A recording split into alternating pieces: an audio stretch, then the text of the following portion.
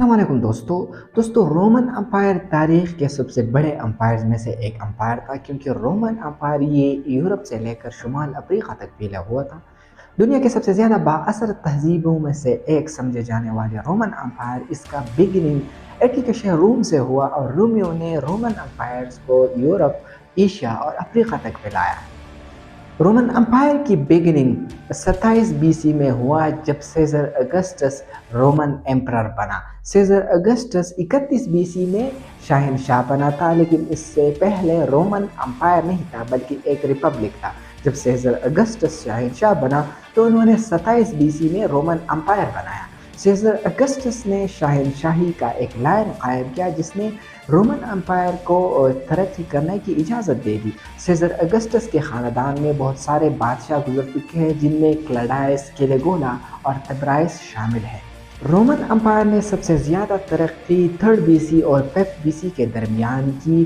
اس دوران صحت عامہ اور فن تعمیر اپنے عروج پر تھا۔ رومن امپائر کی تاریخ 27 BC سے لے کر 476 تک ہے، جب 476 میں رومن امپائر اس کا اختتام ہوا، یعنی کل 500 سال تک رومن امپائر نے دنیا پر حکومت کی ہے، اور ان 500 سالوں میں تقریباً 70 رومن ایمپرر گزر چکے ہیں۔ آخرکار کون سے عوامل تھے جس نے رومن امپائر کو دنیا پر حکومت کرنے کی اجازت دی؟ آئیے اس پر مختصر تبصرہ کرتے ہیں۔ سب سے پہلا فیکٹر تھا فوج۔ رومن فوج دنیا کی طاقتور ترین فوجوں میں سے ایک تھی، کیونکہ رومن فوج اس کے ہتھیار اور ضربختر دوسرے ملکوں کے فوج سے بہتر تھی۔ ان کے ہتھیار دوسرے ملکوں کے ہتھیاروں سے بہتر تھے۔ رومن فوج تربیت یافتہ اور ان کے نوجوان سخت تھے۔ رومن امپائر نے اپنی فوج کو 500 افراد کی گروہ میں تقسیم کیا تھا، اور کل گروہوں کی تعداد 10 تھی۔ یہ رومن فوج ہی تھی جس نے دنیا میں مختلف ملکوں کو فتح کیا اور رومن امپائر کو دنیا میں پھیلایا۔ دوسرا اہم فیکٹر تھا کرنسی۔ رومن کرنسی یہ صرف ایک اقتصادی ہتھیار نہیں بلکہ ایک سیاسی آلہ بھی تھا۔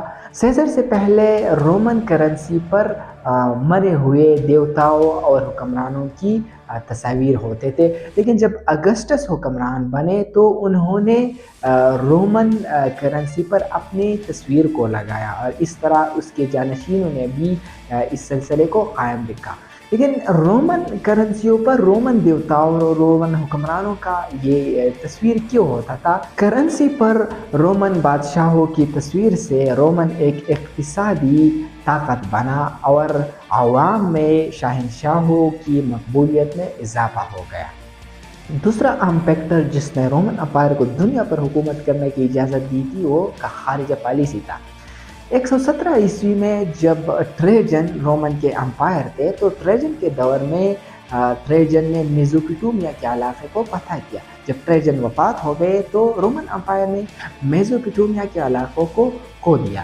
میزوپوٹیمیا کے کھونے کے بعد رومن امپائر نے اپنی خارجہ پالیسی پر اثرینو نظر ثانی کی اور اپنی خارجہ پالیسی کو تبدیل کیا، کیونکہ اس دوران فوج جس علاقوں کو فتح کرتے تھے اس کے بعد لوٹ مار کے رہتے تھے۔ نئی خارجہ پالیسی کے تحت فوج کا کام صرف بارڈر تک محدود ہونا تھا، اور باقی معاملات یہ عوام اور سیاستدان اپنے کنٹرول میں لے لیتے۔ تیسرا اہم وجہ جس نے رومن امپائر کو دنیا پر حکومت کرنے کی اجازت دی وہ تھے شاہی ادارے۔ شہنشاہ اگسٹس اور ان کے جانشینوں نے جمہوریت کی زیادہ تر تشبیہ کو برقرار رکھنے کے لیے سخت محنت کی۔